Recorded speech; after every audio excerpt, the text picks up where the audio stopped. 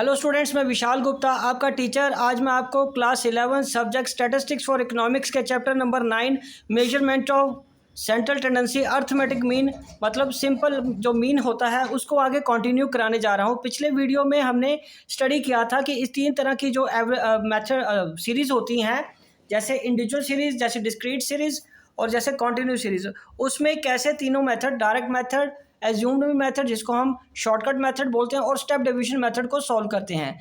आज भी हम उन्हीं मेथड्स को यूज़ करेंगे लेकिन डिफरेंट टाइप्स ऑफ सीरीज़ के लिए।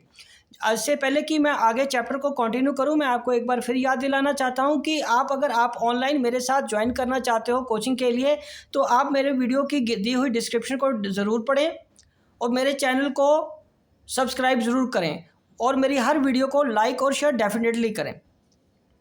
ठीक है स्टूडेंट्स, चलिए अब हम चैप्टर को आगे कंटिन्यू करते हैं। सबसे पहले अब हम बात करेंगे calculation of mean in case of cumulative frequency distribution.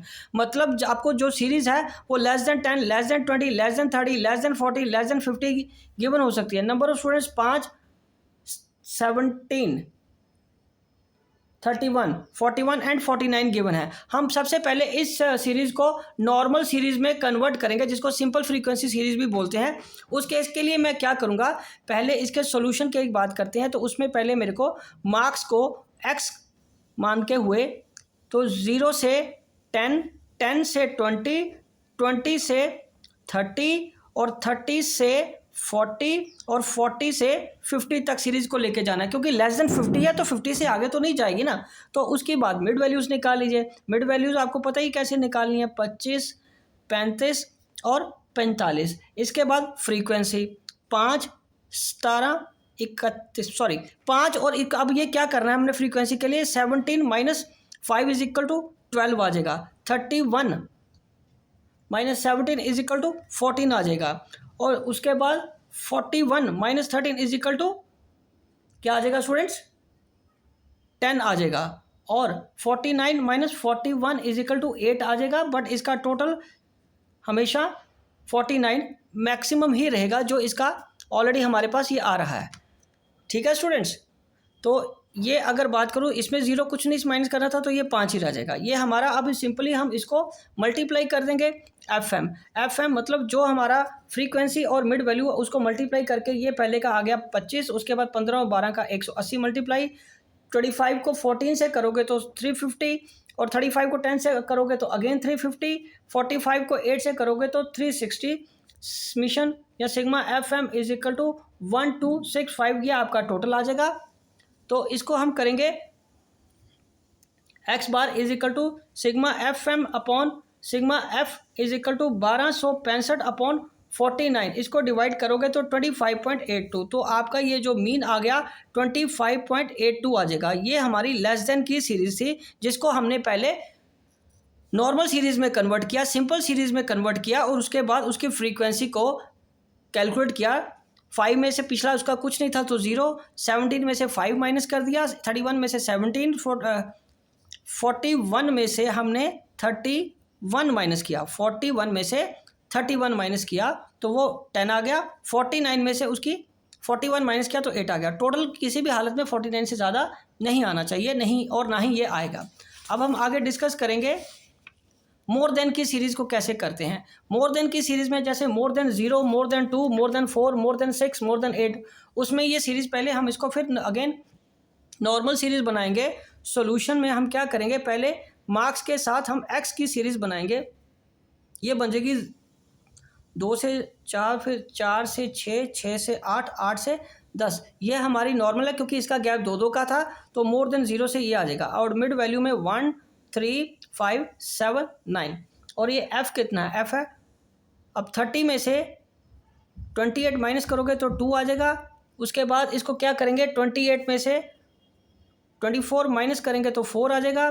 24 में से 18 माइनस करेंगे तो क्या आ जाएगा, 6 आ जाएगा। और 18 में से 10 माइनस करेंगे तो कितना आ जाएगा, 8 आ जाएगा। और यहाँ 10 में से फिर 0 माइनस करेंगे तो अगेन 10 आ जाएगा। और इसकी फ्रीक्वेंसी कितनी बन जाएगी, 30। ये देख लीजिए, 6, 6, 12, 12, 8, 20, 10, 30। ठीक है जी। तो अब इसको फिर हम एफ एम को मल्टीप्लाई करते हैं, मिड वैल्यू को इससे मल्टीप्लाई कर लो तो ये आ जाएगा 2 और 3 4 ज़ा 12, 5 6 ज़ा 30, 56 एंड अगेन 90।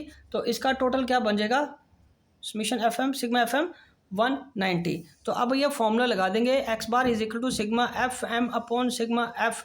तो X bar is equal to 190 upon 30, ये इससे 0 से 0 कट गया और ये x bar is equal to कितना आ जाएगा 6.33।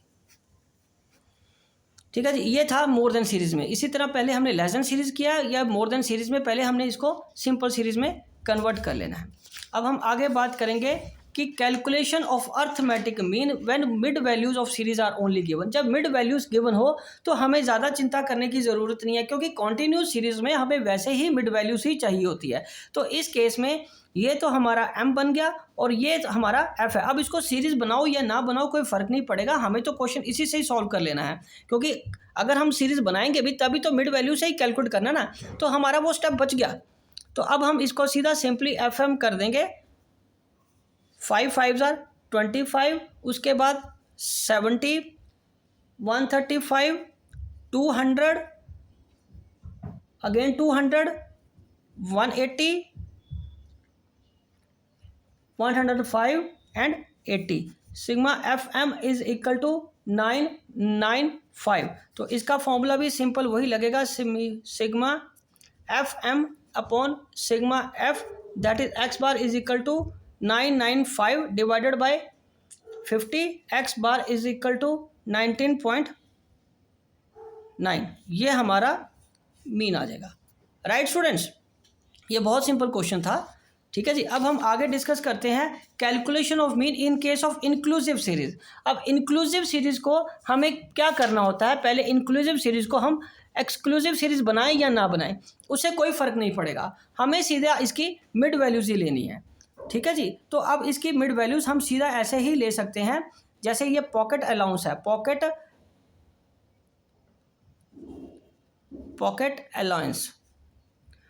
अलाउंस में हमें क्या करना है, 20 to 29 ये ऐसे लिख लेना है, 30 to 39, 40 to 49, 50 to 59, 60 to 69। तो ये हमारी मिड वैल्यूज़ कैसे आ जाएगी, हाईएस्ट प्लस लोएस्ट अपॉन 2। तो ये 24.5 और उसके बाद 34.5, 44.5, 54.5 एंड 64.5। अगर मैं आपको बताऊं कि यदि हम इस सीरीज़ को अगर मैं नॉर्मल भी करता तो क्या होता, तो नॉर्मल सीरीज़ को कन्वर्ट करने के लिए स्टूडेंट्स आपको पता है कि हाफ माइनस इधर करेंगे और हाफ प्लस इधर करेंगे, तो ये 19.5 और 29.5 आ जाएगा। और यदि मैं इसको टोटल करूं 19.5 और 29.5 डिवाइडेड बाय 2, ये आ जाएगा आपका दोनों को ऐड करके 49/2, तो 24.5। तो सभी का फिर वही ही मिड वैल्यू आएगी जो ऑलरेडी यहाँ निकल रही है, तो फिर मेरे को ये एक्सक्लूसिव सीरीज़ में कन्वर्ट करने की ज़रूरत नहीं है। और अब ये एफ भी गिवन है 10 8 6 4 2, जिसका टोटल बन रहा है 10 18 28 29 30, ये 30 बन गया इसका टोटल। ठीक है स्टूडेंट्स, तो अब क्या करेंगे, इसको सिंपल एफ एम निकाल लो, अब और कुछ करने की ज़रूरत ही नहीं है एफ एम निकालने के लिए, क्योंकि ये मिड वैल्यूज़ है तो इसका मतलब ये सीधा निकालना थोड़ा मुश्किल हो जाएगा, मल्टीप्लाई करना। तो हम इसको डी ले लेते हैं, D is equal to M minus A क्या लेंगे 44.5, क्योंकि इसे मल्टीप्लाई करना आसान नहीं होगा बिना कैलकुलेटर से, और आपको कैलकुलेटर तो यूज़ नहीं करना +1 में ना, इसलिए हमें सीधा एफ एम नहीं निकालेंगे। तो 44 ले लेते हैं, 44.5 से इसका क्या आ जाएगा -20 -10 0 10 एंड 20। तो अब डी डैश डी अपॉन सी, और सी मैं यहाँ पे लूँगा 10, क्योंकि इनका गैप कितना 10 का। तो -2 -1 0 1 2। अब एफ डी डैश को कर लेंगे, इसको फ्रीक्वेंसी को इससे मल्टीप्लाई करेंगे, -20 -8 0 4 एंड 4। तो ये आपका 28 में से 8 जाएंगे तो क्या आ जाएगा 20। तो बट ये साइन किसका रहेगा, माइनस का, -20। तो अब इसका फॉर्मूला लगेगा X bar is equal to A plus sigma D dash upon sigma F into C. तो इसका 44.5 प्लस -20 अपॉन 30 इंटू सी कितना 10, ये इससे कट गया। ठीक है जी, X bar is equal to 44.5 20 divided by 3 कर दीजिए तो आ जाएगा 6.66। -6.67 भी ले सकते हैं, -6.67, और ये x bar is equal to, अब इसमें से 45 में से ये माइनस कर दीजिए, तो ये आ जाएगा आपका आंसर 38.83। 44.5 में से आप 6.67 माइनस कर दीजिए, ये कितना आया, 2/3 है ना, 2/3 आएगा 0.67, 20/3 6.67। 6.67 हमें ये माइनस करना है किस में से, 44 में से हमें माइनस करना है 0.5 में से माइनस करना है 6.67, तो वो आ जाएगा 37.83। राइट स्टूडेंट, ये हमारा बिन आ जाएगा। ये 0 से 0 कट गया, ये 20 से 2 कट के 6.67, 44.5 में से 6.67 माइनस करोगे तो x bar is equal to 37.85 आ जाएगा। ये था हमारा इंक्लूसिव सीरीज। मतलब इंक्लूसिव सीरीज को एक्सक्लूसिव सीरीज में कन्वर्ट करने का कोई फ़र्क नहीं पड़ेगा, कोई फ़ायदा नहीं होगा, क्योंकि मिड वैल्यू सेम की सेम रहेगी। ठीक है स्टूडेंट्स, अब हम आगे डिस्कस करते हैं calculation of corrected arithmetic mean. Corrected arithmetic mean मतलब कि यदि आपने कोई वैल्यू गलत ले ली है तो उसको ठीक करने का तरीका क्या है, उसके लिए फॉर्मूला क्या लगेगा, x bar is equal to sigma x wrong plus correct value minus incorrect value upon n। अब मैंने नीचे जो एग्जांपल लिया है वो है mean marks obtained by 100 students are estimated to be 40। Later on it's found that one value was read as 83 instead of 53।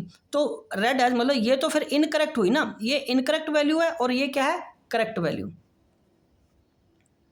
ठीक है जी, तो सबसे पहले हम जो गिवन इन्फॉर्मेशन है उसके बेसिस पे सॉल्यूशन निकालेंगे। वो x, ये हमारा फॉर्मूला है मीन निकालने का।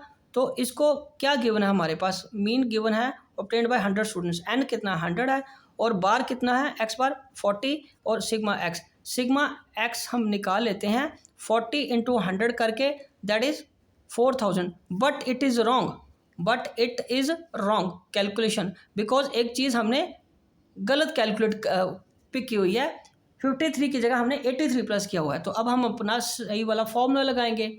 तो उसके लिए हमें करना पड़ेगा, इसको बोलेंगे correct mean is equal to sigma x wrong value plus correct value minus incorrect value. ठीक है जी, अपॉन n कितना है हमारा, ये आ जाएगा 4000 प्लस 53 माइनस 83 अपॉन 100, तो ये आ जाएगा 3970 upon 100। x bar is equal to 39.70।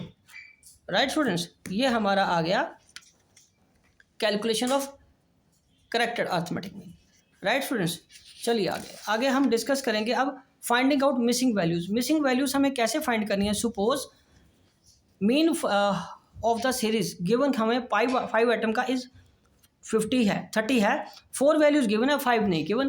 तो हम इसका ये जो फॉर्मूला है ऐसे ही लगाएंगे ना, x1 plus x2 plus x3 और जितने तक है, यहाँ 5 है तो हम 5 तक चलेंगे, 4 प्लस x5 अपॉन n। तो हमें मीन कितना गिवन है, मीन यहाँ गिवन है हमें 30 और n कितना गिवन है 5। ठीक है जी, और 1 2 3 और 10 प्लस 15 भी गिवन है, 4 आइटम गिवन है, बट 5th हमें ढूंढनी है। तो हम क्या करेंगे, इसको ऐड कर लो, ये आपका आ जाएगा 30 is equal to 90 plus x5 upon 5। तो 5 को इधर आके मल्टीप्लाई कर लो, ये आ जाएगा 150 इज इक्वल, उसमें से 30 माइनस कर लो, इज इक्वल टू x5। तो ये आपका आ गया, ये हमारा कितना है 90। बिकॉज बेटा इसका जो सोल्यूशन है ना 10 जमा 15 जमा 30 जमा 35, ये हमारा 90 बनेगा। तो ये 90 को इधर से जब मैं माइनस करूँगा 5th आइटम ढूंढने के लिए, तो x5 क्या निकलेगा 60। ठीक है स्टूडेंट्स, ये 30 का 30 रह गया, 10 और 15 25, 25 और 35 ये आपका होगा 60 प्लस 30 90 प्लस x5 और 5 को मैंने इधर आके मल्टीप्लाई कर दिया तो वो 150 हो गया। 150 में से अब ये 90 इधर माइनस किया इज इक्वल टू x5 रह जाएगा। x5 is equal to 60। ठीक है स्टूडेंट्स, अब हम आगे डिस्कस करेंगे mean of weighted average mean. Weighted arithmetic mean क्या होता है? वेटेड अर्थमेटिक मीन हम नॉर्मल वेट उसी तरह ही करते हैं जैसे ये एक्स सीरीज गिवन है और ये डब्ल्यू जैसे एफ होता है, ये अब हमें वेट दे दिया है तो हम क्या करेंगे, इन दोनों को मल्टीप्लाई कर लेंगे। इन दोनों को मल्टीप्लाई करके 81 इंटू 2 को मल्टीप्लाई करके आ गया हमारा 162 और इसका 228, उसके बाद इसका 444 406 210 और ये आ गया 511 और सिग्मा डब्ल्यू एक्स कितना बन गया 1961। तो इसका फॉर्मूला सिंपल लग जाएगा sigma W X upon sigma W. तो X bar is equal to 1961 upon 28 क्योंकि जो वेट है वेट का टोटल कितना बन रहा है, वेट का टोटल बन रहा है 28। राइट स्टूडेंट्स, ये इसका टोटल आ गया तो सिग्मा एक्स कितना आ गया 70.04। राइट स्टूडेंट्स, चलिए ये था अर्थमेटिक वेटेड अर्थमेटिक मीन। अब हम आगे बात करेंगे कंबाइन अर्थमेटिक मीन की। कंबाइन अर्थमेटिक मीन कैसे कैलकुलेट होता है, वो एक इंटरेस्टिंग टॉपिक है। कंबाइन अर्थमेटिक मीन का फॉर्मूला है एक्स बार 1 2, ये 2 या 3 या 4 भी हो सकता है पर जनरली आपको 2 सीरीज़ या 3 सीरीज़ तक ही कैलकुलेट करना आता है। तो इसमें क्या है, x bar 1 into n1 plus X bar 2 into n2 upon n1 plus n2। तो यहाँ पे 60 students of A class obtain 40 mean marks in statistics and 40 students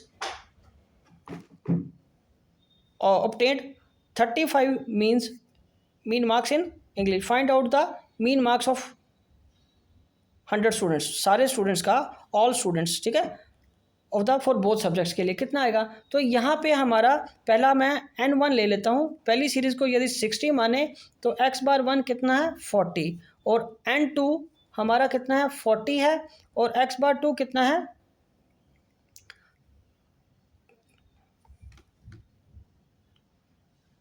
both classes के लिए फाइंड करना ना हमें। ठीक है जी, मीन मार्क्स ओके, ये 35 आ गया। राइट स्टूडेंट्स, तो अब हमें कंबाइंड मीन निकालना है। कंबाइंड मीन बिकॉज सीरीज़ 2 है तो हमारे पास कंबाइंड मीन निकल जाए कब, तो ये ऊपर वाला फॉर्मूला लगा के X bar 1 n1 plus X bar 2 n2 upon n1 plus n2।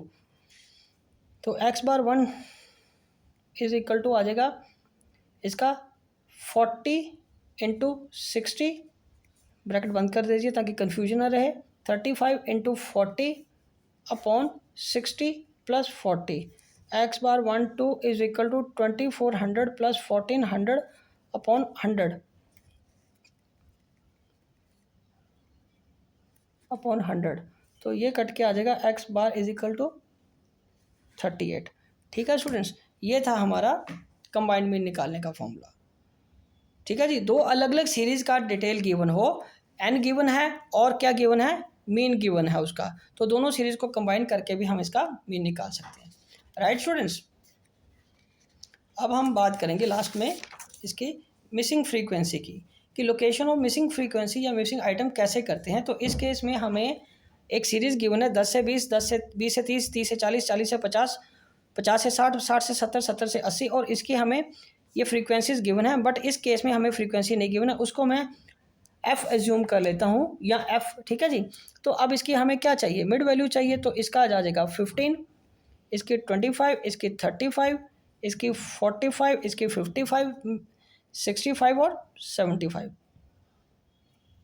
और इसका हम क्या करेंगे, एफ एम निकाल लो। एफ एम ये 75 आ जाएगा, अगेन 75 आ जाएगा और इसका 140 आ जाएगा। ये कितना आएगा 45 एफ आ जाएगा क्योंकि एफ से मल्टीप्लाई करना ना 50 का 110 आ जाएगा, 110 आ गया। और ये कितना आया 390 और ये कितना आएगा अगला 975। तो इसका सिग्मा एफ एम कितना आ गया स्टूडेंट्स 1765। इन सबका टोटल करोगे और इसको आप अलग से लिखोगे 45 एफ को। ठीक है जी, अब हम क्या करेंगे, इसमें आप फॉर्मूला यहाँ पुट इन कर देंगे। ये एफ है ना, ये साथ में ही रहेगा इसके, डोंट वरी। ठीक है। वो सिग्मा एफ एम का फॉर्मूला लगाइए, sigma F M upon sigma F. X bar कितना हमें गिवन है, एक्स बार हमें पिछले इस क्वेश्चन में गिवन है 52, तो 52 हमें गिवन है ये, और ये फिगर है 1765 plus 45 f upon 33 plus f. ठीक है जी, 52 33 plus f is equal to 1765 plus 45 f. तो इसको मल्टीप्लाई करने पे क्या आएगा, 52 को 33 से मल्टीप्लाई करोगे 1716 plus 52 f is equal to 1765 plus 45 f. अब 52 f minus 45 f is equal to 1765 minus 1716 कर लीजिए, तो 52 माइनस 45 क्या आ जाएगा, 7 एफ इज इक्वल टू 1765, ये माइनस का साइन है तो माइनस क्या आ जाएगा 1716 करके ये 49 आ गया 49। तो f is equal to 49 divided by 7 and f is equal to 7। ये हमारी मिसिंग फ्रीक्वेंसी आ गई इसी तरीके से 7। ठीक है स्टूडेंट्स, मिसिंग फ्रीक्वेंसी का पता चला। ये हमारे पास एक सीरीज़ गिवन होती है और साथ में हमें उस सीरीज़ का मीन गिवन होता है, हमें मिसिंग फिगर ढूंढनी है। तो पहले हमने मिड वैल्यूज़ निकाल दी, फ्रीक्वेंसीज गिवन होती है, जो फ्रीक्वेंसी नहीं गिवन होगी उसको हम एफ एज्यूम कर लेंगे, फिर इसको एफ एम को मल्टीप्लाई कर लेंगे, लेकिन जहाँ पे फ्रीक्वेंसी मिसिंग थी उसमें 45 को एफ से मल्टीप्लाई करके इस तरीके से समीशन दिखा देंगे, उसको अलग करके एफ को, एफ वाली डिजिट को अलग दिखा देंगे, फिर summation sigma F M upon sigma f का फॉर्मूला लगा के इसको बॉड मास लगा के इसको सॉल्व कर लेंगे, तो एफ इज इक्वल टू 7 आ जाएगा। राइट जी। अब हमारे पास कई बार हो सकता है कि एक्स सीरीज़ में भी कुछ मिसिंग हो, बट इसका भी वही तरीका रहेगा जो हमने ऊपर किया है। इसमें भी हमें मीन कितना गिवन है 115.8, तो इसमें हम कैसे ढूंढेंगे, सिंपली एफ एक्स को हम क्या करेंगे मल्टीप्लाई कर दीजिए। एफ एक्स को मल्टीप्लाई करने से हमारे पास जो फिगर आएगी वो ये आएगी, मैं आपको बताता हूँ। मल्टीप्लाई करके 110 को हमने किससे मल्टीप्लाई करना है स्टूडेंट्स, 25 से। 110 को 25 से मल्टीप्लाई करोगे तो ये आएगा 2750, उसके बाद आ रहा है 1904 1469, उसके बाद आ रहा है 1755 14x, और 125 को 8 से मल्टीप्लाई किया तो कितना आ गया स्टूडेंट्स 1000, और 128 को 6 से मल्टीप्लाई तो 768, और उसके बाद लास्ट में आएगा 260। तो sigma F x is equal to ये आ जाएगा 9906 प्लस क्या आया स्टूडेंट्स 14x, क्योंकि ये मिसिंग है तो ये 14x आ जाएगा। तो अभी इसमें यही फॉर्मूला फिर हम लगाएंगे, ये x bar is equal to sigma F x upon sigma F. तो यहाँ फ्रीक्वेंसी का टोटल हमें कितना गिवन है, सिग्मा एफ गिवन है हमारे पास 100, तो ये आ जाएगा 100। तो एक्स बार कितना है 115.8, 115.8 is equal to 9906 plus 14x upon 100। तो 100 को मैं उधर जाके मल्टीप्लाई करूँगा 115.8 इंटू 100, तो ये आ गया 11580 is equal to 9906 plus 14x।